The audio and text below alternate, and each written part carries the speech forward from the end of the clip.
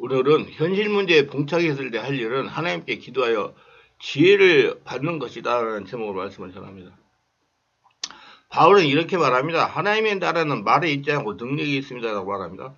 정치적으로 문제를 해결하라는 시도는 메시아 시대에 대한 기대가 무산된 술법의 사건 위에 등장하여 저는 이스라엘 아픈 역사가 되었으며 열심당에 이르는 가려진 유다가 빠진 오리이기도 합니다. 우리 크리스천들이 현실 문제를 하나의 방법으로 해결을 받으려면 성령으로 세례받고 성령으로 충만받고 성령으로 거듭나서 하나님을 영으로 인식하고 영이시지만 살아계신 하나님을 인식하고 하나님과 같은 영적인 상태로 하나님과 교통하려고 해야 됩니다. 그래야지 문제가 해결돼요. 하나님의 크리스천들이 당하는 현실 문제를 상세히 알고 계셨습니다. 문제도 알고 계시고 문제마다 해결 방법도 예배해 주셨습니다. 근데 현실 문제마다 해결 방법이 멀리 있는 것이 아니고 문제 안에 있다는 것입니다. 해결 방법은 영이신 하나님께서 알고 계십니다. 영이신 하나님께 해결 방법을 알아내려니 본인이 문제를 당한 사람이 영적인 상태가 되어야 가능한 겁니다. 하나님의 지혜를 주시기 때문에 하나님께 기도하여 현실 문제 해결 방법을 알아내는 기본은 하나님과 같은 영의 상태가 되는 것입니다. 하나님은 하나님과 같은 영의 상태에서 해결 방법을 알려주시기 때문에 하나님이 이스라엘 백성을 축복의 땅을 인도하실 때 현실 문제에 대한 해결 방법에 문제안이 있었던 사례입니다. 먼저 홍해를 가른 사건입니다. 우리 하나님께서 현실 문제 안에 해결 방법을 예비했다는 것을 출애굽 사건에서 더욱 뚜렷하게 보여주고 계십니다. 이스라엘 300만이 모세를 따라서 홍해수 가운데 나왔습니다. 창이란 홍해수가 넘실거리니 그 홍해수를 건너갈 수도 있는 다리도 없고 배도 없었습니다. 근데 애굽의 바로왕이 전군을 동원해가지고 이스라엘 다시 포로로 잡혀서 질풍노도와 같이 쳐들어옵니다. 이스라엘 백성들이 보니 살 길이 전혀 막혀버리고 말았습니다. 앞에는 창이란 홍해수여 뒤에는 노도와 같은 애국 군대가 밀려오니 거기에 샌드위치가 된 이스라엘 백성들은 절망 속에서 아우성을 쳤습니다. 모세야 어디 애굽에 매장지가 없어서 우리를 홍해수까지 데려가서 죽이러 가느냐 아우성이었습니다. 그러나 모세 혼자만은 하나님은 현실 문제 안에 해결 방법을 예비하시는 하나님이란 걸 알고 믿고 있었습니다. 하나님은 길이 없는 가운데 길을 내시고 절망 가운데 희망을 주시는 하나님인 걸 알고 믿고 있었기 때문에 모세 혼자서 엎드려 하나님께 기도했습니다. 하나님의 명령대로 모세가 바다 위로 서해를 내밀었더니 여호와께서 큰 동풍을 불리게 하셨고 바닷물이 물러가기 시작했습니다. 그리고 바다 한가운데 길이 나게 됐습니다. 그러자 이스라엘 백성들이 바다 가운데를 마른 땅터는 걸어가게 되었고 물은 그들의 좌우 벽이 되었다고 성경은 말하고 있습니다. 전적으로 인간이 상상할 수 없는 곳에서 하나님께서 문제의 해답을 제시해 주신 것입니다. 하나님 이미 이스라엘이 알지 못할 때 홍해수 가운데 길을 예비해 놓으신 것입니다. 그래서 누구만 알아요? 하나님만 알아요. 근데 어떻게 해요? 하나님 하라는 대로 하는 사람을 통해서 기적을 이루세요. 나중에 애국 사람들, 바로 왕의 왕들, 병거와 마병들이 다 이스라엘 자손들 추격하게 그 바다 가운데 들어왔습니다. 하나님은 그 순간 불과 구름 기둥으로 애국군대를 어지럽게 해가지고 이스라엘 추격하지 못하러 막았습니다. 그리고 이스라엘 자손들이 홍해를 다 건너자 하나님 모세에게 내 손을 내밀어 물이 애굽 사람들과 그 병거와 그 마병들 위에 다시 흐르게 하라고 그랬어요. 모세는 하나님의 명령 따라 지팡이를 드는 헛을 다시 바다를 내밀자 그 순간 바다의 힘이 회복되었습니다. 바닷물이 애굽 사람들이 덮쳤고 그들은 그곳 바다에서 다 수장되게 되었습니다. 죽게 되었습니다. 그럼 이렇게 이스라엘 자손들을 애굽 사람의 손에 구원하셨습니다.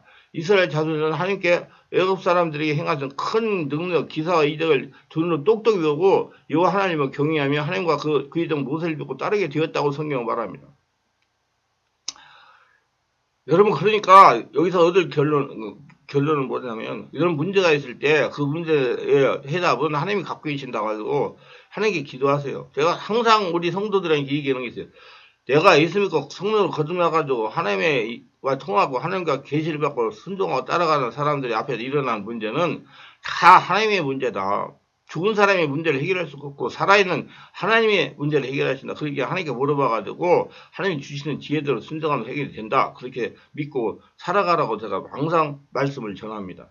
둘째, 마라의 쓴물을 달게 하신 사건입니다. 출애굽기 15장 22, 25절에 나와 있습니다.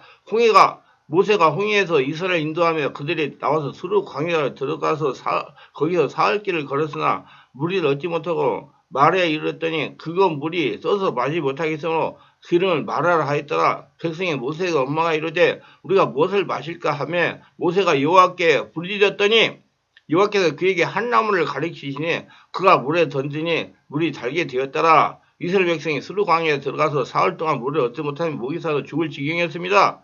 그러자 호수를 발견했는데 뛰어가서 물을 마셔보니 물이 서서 마실 수가 없었습니다. 백성들이 또다시 절망하고 말했습니다. 사흘 동안 물을 못 마셨는데 물을 발견 마셔보니 독이 있어가지고 그들이 먹지 말자 토하고 배를 안고 뒹굴고 말았습니다. 또다시 하나님과 모세를 원망하고 고함을 쳤습니다. 모세는 또 알았습니다. 하나님은 언제나 문제가 있는 곳에 해답을 예비해 놓으시는 하나님을 알았기 때문에 이스라엘이 원망하는 동안 모세는 엎드려 기도했습니다. 잠잠히 거기에 동의되지 않고. 여러분도 잠잠히 동의되지 않고 기도하세요. 그 강 큰 사람입니다. 하나님이 충만한 사람이에요. 그래서 하나님께서 바로 그 호수 옆에 한 나무를 가지를 지시하신지라 그 나뭇가지를 꺾어서 물에 던지니 그 물이 해독되고 달아져서 이스라엘 백성이 마음껏 마실 수가 있었습니다. 이와 같이 문제가 있는 곳 하나님께서 그 곁에 이미 해답을 예비해 놓고 계신 걸 믿으세요. 그러니까 그 답은 여러분 기도해가지고 하나님과 같은 영적인 상태가 됐을 때 알려주십니다. 무조건 알려주시는 게 아니에요. 이스라엘 백성이 광야에 지는데 그들이 무슨 물을 예비했으며 무슨 양식을 예비했겠습니까? 300만이 광야를 지나가는데 그 많은 사람이 먹고 마실 물과 양식이란 광대한 양입니다. 그러나 하나님은 이미 예비해 주셔서 하늘에서는 만나가 쏟아지고 바위에서는 물이 터지고 그들이 먹고 마실 수가 있었습니다. 이스라엘 백성이 애굽에서 나왔을 때 하나님께서 그냥 너희의 살 길을 마련하라고 말씀하신 거 아닙니다. 적자거리는 가나안의 복된 땅을 미리 예비해 놓으시고 하나님께서 예비해 놓은 길로 인도하고 계시는 것입니다. 그 인도에 가면서 여러분 이 사람들 다 영적인 사람 하나님과 통할 수 있는 하나님 믿는 사람을 바꾸는 거예요, 여러분. 그러니까 예수님께 나와가지고 여러분 바뀌어야 되는 거예요. 영적으로 하나님과 통할 수 있는 사람으로 1:1 관계 맺을 사람으로 자꾸 사람들 가서 쪼아리고 앉지 말고. 이스라엘 백성들은 사사관과 트집을 잡고 불신하며 하나님을 괴롭혔지만은 하나님이 이미 이스라엘 백성이 가서 살 수 있는 땅을 예비해 놓으신 하나님이신 겁니다. 그러므로 구약 전체를 살펴볼 때 하나님은 여호와 이래 우리를 예비하시는 하나님이라는 걸 절대로 부인할 수 없어요. 그러니까 여러분들 현실 문제 앞에 다 여호와 이래 예비해놨다는 걸 알 수 있고 기도해가지고 답을 알아서 해결해가면서 세상을 재미있고 하나님 은혜 가운데 기적을 체험하면서 영적인 사람 변하면서 하나님과 같은 사람으로 변하면서 하나님과 통하면서 사시길 바랍니다.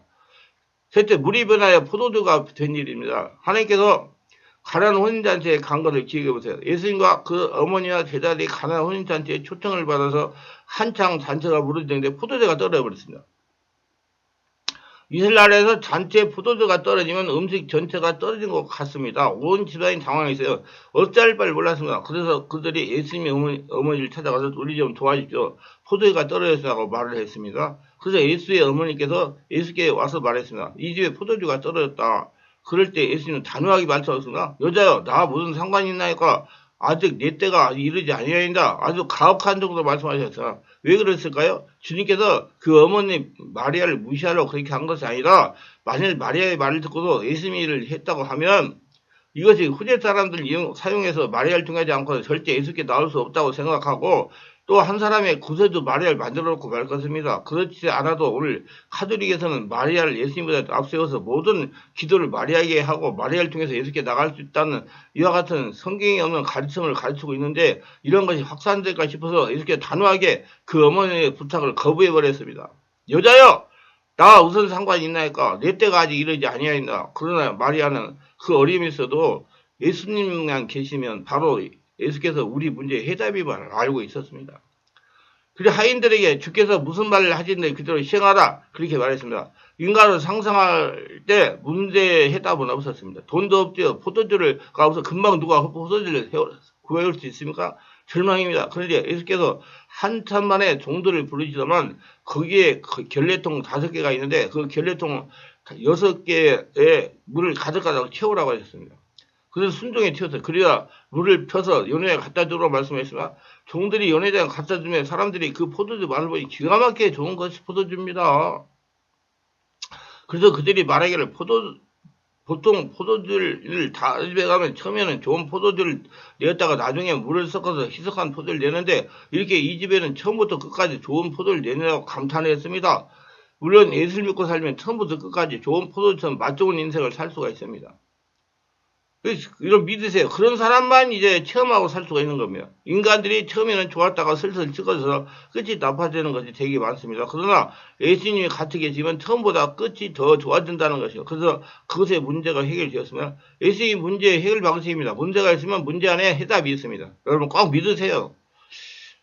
그 해답은 여러분이 영적인 상태에 하나님과 같은 영적인 상태에 섰을 때 받을 수가 있어요. 그렇기 때문에 자기가 하늘나라 되는데 집중하세요. 자꾸 문제 해결만 하려고 문제도 하나님 알고 계시고 해답도 하나님께서 알고 계시기 하기 때문에 문제가 있으면 문제 안에 해답이 있다는 걸 믿고 영이신 하나님께 해결방 받아서 순종하고 기적을 날마다 체험하시기 바랍니다.